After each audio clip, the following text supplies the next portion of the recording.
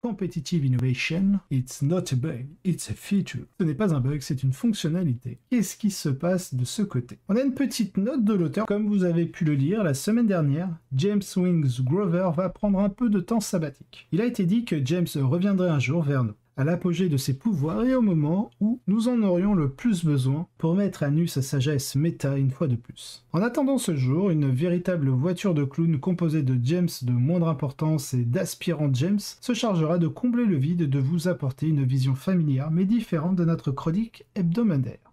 Vous le sentez, n'est-ce pas? Cet épuisement profond de cette méta en constante évolution mais écrasant. Ce battement de tambour sourd et incessant d'une faction après l'autre qui opprime tout ce qui se trouve devant elle. Cela fait plus d'1 an maintenant. Drukhari, Admech, Custodes, Tau, Harlequin, et maintenant c'est au tour des tyrannides. Chacune d'entre elles est oppressante à sa manière. Toutes dépassent les pires excès de la 8ème édition à une exception près. Les Iron Hands jour de la sortie. C'est pas faux. C'est vrai que les Iron Hands en V8... Comment dire que c'était un peu pété? Parce que les Iron Hands sont apparus dans la 8ème édition, ce fut comme un éclair. La communauté compétitive n'avait jamais rien vu de tel. Peut-être même jamais. La faction est entrée dans un jeu généralement équilibré et du jour au lendemain a renversé le destin des joueurs. Même dans l'enfer qu'était la 7ème édition, toute armée brisée n'était qu'une armée dans une mer d'armées brisées. Donc dans une mer d'armées broken.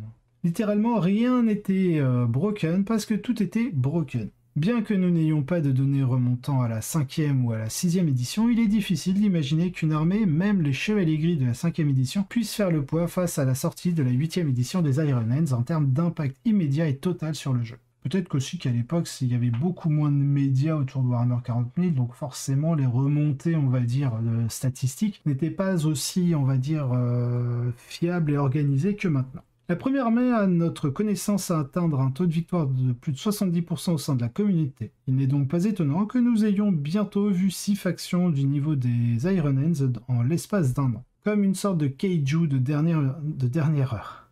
L'épuisement est réel, mais la lutte pour l'équilibre est sans fin. Et c'est pourquoi nous, ici à Goonhammer, continuerons à servir, à mettre en lumière et à discuter chaque semaine de l'état de la scène des tournois. Comme mon pote Strider l'a dit une fois, je vois dans vos yeux la même peur que celle qui a pris mon cœur. Un jour est venu où le courage des hommes échoue, où nous abandonnons nos amis et brisons tous les liens de la fraternité. C'est ce jour. Une heure de bugs et de bassins de récupération débordant quand l'âge des hommes s'est effondré. C'est ce jour. Ce jour. Nous nous battons sans espoir. De même, nous nous battons sans espoir et écrivons sans joie. Ah, que c'est beau, Goonhammer. Ça me fait vibrer. Alors, le tournoi Games Workshop, donc l'US Open de Seattle, 205 joueurs, 8 rondes, Super Major à Seattle, Washington. Toutes les listes de cet event peuvent être trouvées sur Best Coast Pairing. Alors, est-ce que c'est vrai ou est-ce qu'ils font un compte premium? Alors, parce que les garçons, je les connais. Hein. Alors, est-ce que les listes sont réellement disponibles? Tiens, si je clique sur John Lydon, View List. Ah ah! Il faut un compte premium! I knew it! Donc non, elles ne sont pas disponibles, sauf si vous avez un compte premium. Alors, donc du coup, le showdown. John Lennon contre Hogan Franklin. 2 joueurs tyrannides. L'un Kraken avec des Raveners, des Pyrovores et du bon stuff. L'autre en Léviathan, double Malceptor, double Harpie. Déjà, Kraken, qu'est-ce que ça fait? C'est l'adaptation de base, en fait. Le trait de votre flotte ruche, c'est vous gagnez un bonus de -1 à la pénétration d'armure de vos attaques lorsque vous avez fait un mouvement de charge. Donc c'est principalement durant vos attaques de mêlée. Et ensuite, le trait de flotte ruche qui est adaptable, c'est le fait que lorsque vous faites une advance, au lieu de faire une advance d'un D6, vous faites une advance de D3 plus 3. Sachant que cela ne s'applique pas au stratagème, donc qui vous permet avec vos Ormagones de faire une advance auto de 6 et de charger derrière. Et ça ne s'applique pas non plus à l'opportunistic advance, donc c'est le stratagème de Kraken qui vous permet de faire une advance automatique de 8 pouces. Donc il nous joue 4 tirs en garde avec la Toxic Sack, et ça c'est intéressant. Parce qu'en fait, vos tirs en garde, même s'ils ont que des attaques de dégâts 1, ils peuvent vraiment générer beaucoup d'attaques. C'est 3 attaques de base. Si vous avez votre tyran à 3 pouces et il monte à 4 attaques, vous pouvez leur mettre la petite reroll D1 pour toucher. Et avec les sacs à toxines, en fait, vu que vous avez des armes de mêlée, des Rending Claw qui sont quand même PA-4, va pouvoir faire des blessures automatiques lorsque vous faites un 6 pour toucher, c'est plutôt agréable. Sachant que vous avez aussi des petites Sizing Talons qui vous rajoutent des petites attaques en plus, mais là c'est de force 5 PA-1 dégâts 1. Alors que les Rending Claw, vous êtes à force plus 1, donc force 6 PA-4 dégâts 1. Ensuite, donc, on a un Neurotrope, Catalyst, donc ça c'est la Feel No Pain, l'Unslog c'est l'Advance et Charge, et si jamais vous voulez tirer alors que vous avez Advance, vous pouvez faire l'Unslog pour pas avoir les malus de touche. Ça vous permet aussi, vos monstres, lorsqu'ils tirent au corps à corps, de ne pas subir le -1 pour toucher. Il a mis le trait de seigneur de guerre, Synaptic Tendril, et il l'a mis en Warlord. Alors pourquoi c'est intéressant de mettre le Neurotrope en Warlord? En fait, le Neurotrope, ce qui est bien pour le mettre en Warlord, c'est que du coup, si votre adversaire prend Assassinat, bah, ce sera très difficile pour lui d'aller choper le Neurotrope pour faire ses 4 points d'assassinat. Pourquoi? Parce qu'en fait, votre Neurotrope va principalement utiliser des pouvoirs de buff. On le voit avec le Catalyst et l'Unslog. Et il a mis la Résonance Barbe en relique, donc qui vous donne un +1 cast et vous connaissez un pouvoir en plus. Donc déjà que le Neurotrope de base a +1 au cast, avec la Résonance Barbe, vous êtes à +2. Pour le cast, et on peut voir qu'il n'y a vraiment que des pouvoirs en fait où il va pouvoir utiliser justement le réseau Synapse. Bah justement, vous allez pouvoir être très loin des psycheurs adverses et donc de l'armée adverse, mais tout en buffant votre armée. Donc c'est pour ça c'est très intéressant de mettre le Neurotrope en seigneur de guerre, comme ça bon, vous lui mettez son trait et sa relique gratos. Et il sera tranquillou biloute dans votre zone de déploiement à buffer toute l'armée qui avance inlassablement. Donc ça va être très difficile à votre adversaire de scorer l'assassinat, en tout cas pour ce qui est du scorage sur le Neurotrope. Le Synaptic Tendril, hein, vous appliquez 2 fois son buff en phase de commandement, et son buff c'est de rajouter un D6 supplémentaire lorsque vous lancez vos pouvoirs psychiques. Donc en général vous le mettez sur lui pour être tranquille, ou alors vous pouvez le mettre sur le tyran, et s'il joue un Malceptor, vous le mettez sur le Malceptor. Ensuite, il joue un tyran ailé, donc un Hedral Gland, c'est plus en force, plus un move. Les pédos, on est d'accord. Il a mis l'Unslog, le Psychic Scream, ça marche, et l'Obliterax. L'Obliterax, c'est la relique lorsque vous réussissez vos jets pour blesser. Vous infligez des mortels en plus, sachant que, vu que vous êtes monstre, pour un PC, vous pouvez lui donner +1 des 3 attaques, sachant qu'il a 5 attaques de base. Enfin, il a 5 attaques qu'il fera avec son Obliterax. Derrière, il a 2 petites attaques qui sont quand même dégâts 2, il me semble. Une attaque qui est dégâts 2 et 2 attaques qui sont dégâts 1, mais les deux sont, enfin les 2 types d'armes en plus, là, sont PA-3 quand même. Et force utilisateur. Donc c'est plutôt intéressant, et donc l'Obliterax, vous avez un PC pour gagner 1 des 3 attaques sur votre profil, donc du coup vous optimisez l'Obliterax potentiellement, donc vous passez de 5 à 6 attaques, si ce n'est pas 8 attaques, et derrière vous pouvez, si vous avez fait un mouvement de charge avec votre tyran, bah, pour un PC vous pouvez gagner une full reroll des blesses. Donc quand on a une relique qui vous permet d'infliger des blessures mortelles quand vous blessez, bah forcément une full reroll des blesses, ça permet d'optimiser déjà les dégâts, parce que c'est quand même, le pédo c'est PA-4, dégâts 3, les rôles des blesses derrière, vous pouvez un peu détruire n'importe quoi. Et c'est pareil, il y a un truc qu'il faut pas oublier, c'est que votre adversaire ne peut pas faire de Feel No Pain contre votre Obliterax. Donc c'est vraiment, s'il n'a pas d'invue, bleu, vous êtes PA-4, il n'y a pas grand chose qui reste. Hein. Donc ensuite derrière, Tyrannide guerrier, donc il les joue tous de la même manière, il n'a pas mis de Lash Whip Bonesword, donc il a mis que des duals. Ok, ça marche. Donc là, il prend des petites unités de 3 en même temps, c'est normal, parce que c'est pas une unité qui sera très tanky dans sa liste, vu qu'il joue pas Léviathan, ça veut dire que de base, bah, ils sont pas transhumanes, donc ils peuvent être blessés un peu plus facilement que d'habitude, donc on va plutôt privilégier des petits, enfin un côté MSU, on va dire, sur vos troupes, pour déjà garder vos objets, etc. Un canon venin à chaque fois, hein, c'est toujours bon à prendre, c'est un des 3 tirs, enfin c'est assaut 1 des 3, force 8, PA-3, dégâts 2, c'est très correct. Ensuite, on a un Malceptor avec le Neuroparasite et l'Horreur, ok. On a un Pyrovore, non, on a un Pyrovore, on a une escouade de 3 et une deuxième escouade de 3. Donc les Pyrovores, très efficaces, particulièrement en Kraken, quand vous pouvez advance de 1d3+3, voire même auto-advance à 8 pouces, ça devient intéressant. Hop, pour vous donner une petite idée des bestioles, Pyrovore, paf. Donc ils ont un espèce de lance-flamme, ils ont le premier profil qui est à 12 pouces, donc comme tous les lance-flammes, qui est assaut 1d6. Ça veut dire qu'une unité de 3, bah, c'est assaut 3d6, c'est pas rien, ça fait 7, ça fait 10 en moyenne, entre 10 et 11 tirs. Sachant que ça touche auto, donc vous pouvez vous permettre d'advance tranquillement. Donc avec une auto-advance de 8 plus vos 5 pouces de move, ça fait quand même que vous parcourez 13 pouces dans le tour, ce qui fait que vous pouvez vraiment bondir de ruine en ruine.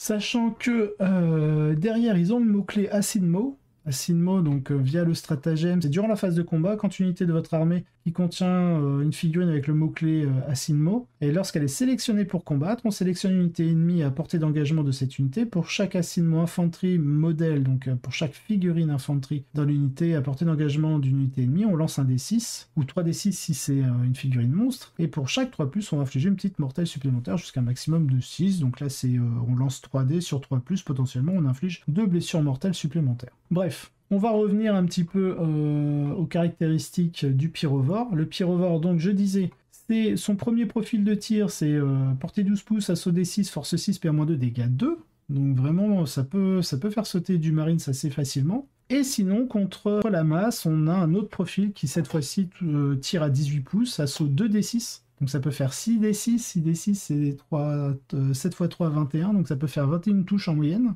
Force 4, PA-1, dégâts 1. Donc en fonction de ce que vous affrontez, l'un ou l'autre peut être sympa. Typiquement, contre le Crafteur des Lézards Lequins, c'est une excellente unité, hein. Vous prenez le deuxième profil à 18 pouces, vu que vous pouvez faire une auto-advance de 8 pour une unité, avec un mouvement de 5, 8 et 5, 13, 13 plus 18, on est à 31 pouces de portée effective quand même.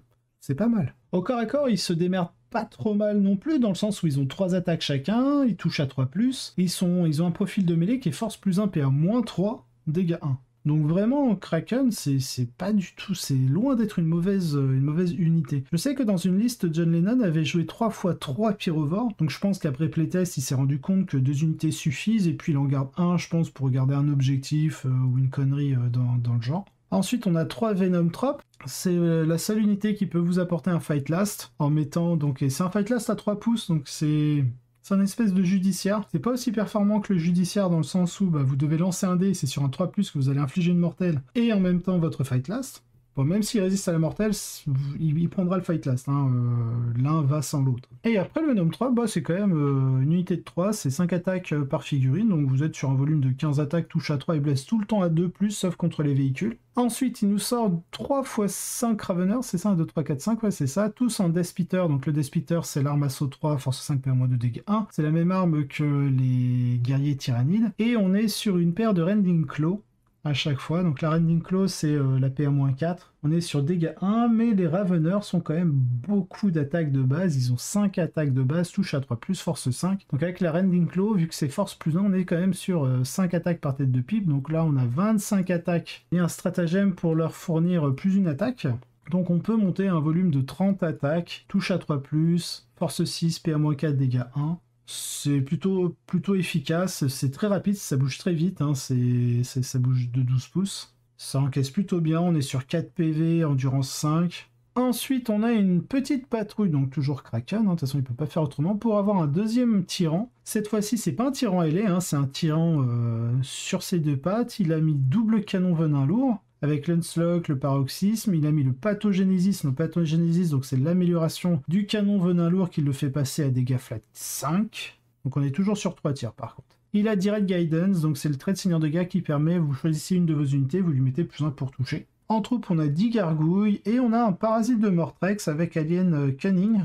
Donc ça fait que son parasite de Mortrex est super OP et compte pour 5 figurines. Et c'est assez intéressant parce que ça bouge vite, de 16 pouces, voilà, j'hésitais entre 14 pouces et 16 pouces, mais non, c'est 16 pouces. Donc avec une auto-advance de 8, vous pouvez amener votre unité super OP sur un objectif adverse. Comptant pour 5 figurines, en plus il a une capacité et il a un stratagème qui permet d'infliger quelques mortels à une unité ennemie et de lui enlever le super OP. Donc clairement c'est une figurine qui peut mettre à mal, on va dire, le primaire adverse. Et obliger votre adversaire à devoir gérer d'abord le parasite de Mortrex pour pouvoir reprendre, on va dire, du souffle sur son contrôle des objectifs primaires. Enfin, on va regarder la liste donc de Franklin, d'Hogan Franklin. Donc Léviathan, contrairement au Kraken, donc on est sur une transhumane de base, hein, sur les unités. Donc toutes les unités Synapse ont une transhumane 4+, et les non-Synapse une mini transhumane comme les Black Templars à 3+.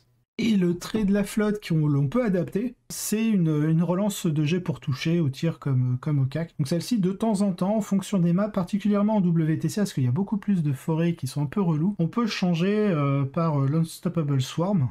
Donc voilà. Alors, au niveau, donc on a une unité de Zoanthrope, hein, avec le Hive Nexus, ça c'est le pouvoir gratos de la ruche, on a le cri psychique. Ensuite, on a un Hive Tyran à pied avec double canon venin, Catalyst, le Hive Nexus, Lancelot. Il a mis le Shard Goulette. Ah, attends, c'est quoi la différence entre le Pathogénésis et le Shard Goulette? C'est vrai que le Pathogénésis, c'était la relique... Ah non, Pathogénésis, pardon. Attention, sur la liste de John Lennon. Pathogénésis, donc c'est pas la relique du canon venin. Pathogénésis, en fait, ça va donner 8 pouces à la portée des armes du porteur. Donc déjà que c'est 36 pouces, hein, le canon venin, plus 8 pouces, on passe à 44 pouces de distance. On va pas énormément se faire outrange. Et en plus, le porteur gagne une relance de jet pour toucher, pour blesser, pour résoudre ses attaques, ce qui fait que si jamais... non, enfin, il est en Kraken, il n'est pas en Léviathan. Donc ce qui fait que voilà, on permet de fiabiliser un peu les tirs du tyran des ruches, sachant que de base ça touche à 2+.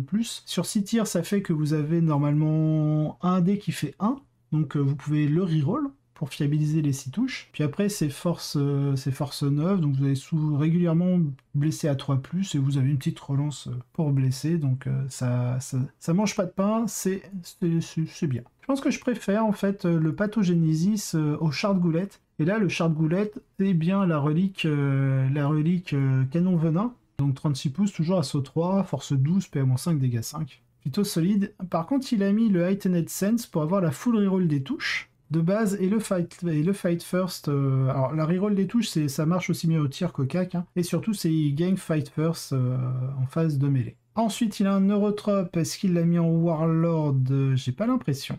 Non, c'est lui qui est en Warlord, c'est le Hive Tyran. Donc attention, est-ce qu'il joue des... Est-ce que je regarde hein. Non, il joue pas de garde, de tir en garde, donc il peut se le faire fumer au tir, lui. Hein. Surtout sur les layouts Games Workshop. Alors le Neurotrope, Catalyst, on a Hive Nexus, Lancelot, Synaptic Tendril pour mettre le buff, et la Resonance Bar pour Lancelot. Ensuite, il joue un Tyrannide Prime pour obtenir une reroll des 1 pour blesser, donc Dual Bone Sword depuis le canon venin, classique. Tyrannide Warrior, donc là par contre vu qu'on joue Léviathan on peut se permettre des unités de 5 si ce n'est pas un gros paquet de 9. Non, il n'a pas de paquet de 9, que des paquets de 5. Est-ce qu'il a le Lash Whip? Non, il a enlevé le Lash Whip. Le Lash Whip c'est juste que ça vous offre en fait un stratagème potentiellement pour un PC où vous faites -2 au commandement et vous mettez un malus supplémentaire au test d'attrition. Donc dans certains match-ups ça peut être jouable, mais vu que la méta n'est pas forcément aux armées de Horde, bah, je vois pas trop l'intérêt de garder le Lash Whip, surtout pour les guerriers. Donc du coup, maintenant ils passent tous en Dual Bone Sword, donc qui est plus une attaque. Donc des guerriers tyranniques qui ont 3 attaques de base passent à 4 attaques de base avec les Dual Bone Sword. Donc c'est toujours bon à prendre, donc du Death Splitter et un canon venin, donc là on est vraiment sur l'unité classique de 5, hein. C'est comme ça que je la joue aussi avec les Anedral Gland. Moi j'ai mis des Flèches Hook, parce que la Flèche Hook, le côté intéressant, alors... Autant sur les layouts Games Workshop ou même les layouts US, il n'y a pas beaucoup de containers. Donc ce qui fait qu'on n'est pas vraiment emmerdé en termes de move, mais en WTC, les flèches hook sont obligatoires parce que vous avez tellement de containers que avec les flèches hook, ça vous permet de bouger à travers sans prendre les distances verticales. Et ça vous donne un accès à un stratagème quand même de plus 1 pour toucher au CAC, donc c'est toujours très très bon à prendre. Ils sont Synapse, donc en Léviathan, hein, ils ont la transhumaine 4+, donc ce qui les rend assez tanky. Ensuite, bien entendu, on a double Malceptor, c'est vraiment fort. On a un, il lui a mis l'adaptation, donc en rajat de réserve, ce qui lui permet de lui faire une fois par partie gratuitement pour ce Malceptor un pouvoir psy supplémentaire gratos pour 0 PC. Et après, bah, il devra le payer. Et en plus, il va doubler en fait ses points de vie restants pour déterminer le profil qu'il va utiliser. Et ça, c'est très intéressant pour savoir combien de blessures mortelles vous allez infliger. Parce que c'est un profil qui est dégressif. Vous êtes, quand vous êtes à plein profil, vous êtes en 3+. Lorsque vous atteignez le premier palier dégressif, c'est pas 3+, c'est 3 blessures mortelles. Le premier palier, c'est 2 blessures mortelles. Et le dernier palier, c'est 1 blessure mortelle. Ensuite, donc, il a un deuxième Malceptor. Alors, attendez, il a mis quoi? Neuroparasite, Psychic Scream. Donc, Psychic Scream et... Ah, il a mis l'horreur ici. Pareil, le Malceptor, il a une action psychique qui est très intéressante dans pas mal de match-up, hein, d'infliger un -1 en force. Alors on a 3 tirs en garde, s'ils sont là, les tirs en garde quand même pour protéger le tyran qui tire. Ensuite, on a 2 petites unités de Raveners. Donc là, vu qu'on n'a pas de stratagème pour fiabiliser l'advance avec les Raveners, bah, c'est moins intéressant de jouer beaucoup de Raveners. Donc là, ça va être principalement des unités qui vont aller chercher potentiellement l'engager sur tous les fronts. Et enfin, on a la doublette de Harpie. Donc on a la Harpie avec la Dermic Symbiosis, donc ça c'est l'invue à 4. Et la Synaptic Enhancement, c'est de rendre la harpie synapse. Comme ça, elle bénéficie de la transhumane à 4+, en tant que synapse, la -1/8 parce qu'elle est volante, et surtout, ça peut augmenter votre réseau synaptique pour envoyer certains pouvoirs psychiques. Donc voilà, ça a permis un peu de voir, de débroussailler tout ce que peuvent faire le Tyrannide à l'heure actuelle. On nous dit que la partie a été streamée. Sur YouTube, n'hésitez pas à aller voir en description, je mets toujours le lien de l'article en source maintenant, donc vous pourrez cliquer là-dessus. Tout d'abord, quelle horrible mission en général, mais surtout pour une partie de finale. Chaque paquet a son mouton noir, et alors qu'auparavant c'était la fouille, dans Ash Moon c'est sanctuaire abandonné. Une mission qui invalide fondamentalement des capacités ou des options d'unité entières et modifie la façon dont vous construisez votre armée. Les règles des sanctuaires abandonnés empêchent l'utilisation de mouvements d'avant-jeu ou de déploiement en dehors de la zone de déploiement d'un joueur. Tout cela pour une mission dans une série de 7 à 8 parties. Cette mission est parfaite pour les jeux narratifs, mais elle n'est pas idéale pour les tournois. Ceci étant dit, John dirige l'une des 2 listes de Tyrannide dans le Competitive Innovation de cette semaine, qui n'est pas une Léviathan et qui est en quelque sorte l'inverse de la liste Léviathan de Hogan. D'un point de vue critique, je pense que Hogan apporte 2 harpies à la table, ce qui, dans la plupart des jeux, est un atout important. Mais dans le match miroir, je pense que c'est un handicap. Ils feront des dégâts, c'est sûr. Mais John est capable d'amener 2 unités complètes de pyrovores pour le coût d'une seule harpie, ce qui lui permet d'être beaucoup plus flexible, en plus d'une grande empreinte en termes d'objectifs. De plus, le recours plus important aux Raveners et au stratagème Kraken donne à John un avantage en termes de maniabilité et de portée par rapport au bloc de Warrior plus lent ou au bloc de Ravener plus petit de Hogan. Hogan a un léger avantage en termes de puissance de feu avec le 2e Malceptor, mais il est peu probable que cela compte si John maintient sa distance jusqu'à ce qu'il soit prêt à frapper. À ce moment-là, Hogan n'a pas de réponse. Étant donné la mission à 5 objectifs, je suis sûr que c'est un match serré, mais John est mieux placé pour négocier sur l'objectif central et a une armée plus rapide, ce qui lui donne l'avantage dans le miroir. Donc on a quand même un John Lennon 74 à 53, donc on a quoi? On a 21 points de différence, 21 ça fait quoi? Ça fait 6, 11, 16, 21, 4, ça ferait un 16-4 si on convertit en WTC, donc c'est quand même une bonne victoire de John. La liste est absurdement rapide avec le potentiel d'advance à flat 8 pouces pour les Raveners et de charger avec l'aide du stratagème Opportunistic Advance et du pouvoir Unlocked avec un mur de pyrovores et de guerriers bon marché faisant office d'écran durable et dangereux. Un tyran de la ruche à double canon et diverses bêtes de soutien, la liste peut choisir le combat tout en restant hors de votre portée de menace. Si vous choisissez d'essayer de marquer des points primaires en milieu de tableau, il mangera tout ce que vous lui enverrez. Si vous jouez la carte de la prudence, il se contentera de se donner le temps de faire monter le Malceptor sur le tableau et d'attraper les étranglements faciles à chaque tour. Dans tous les cas, vous perdez. Alors on a une note de l'auteur quand même.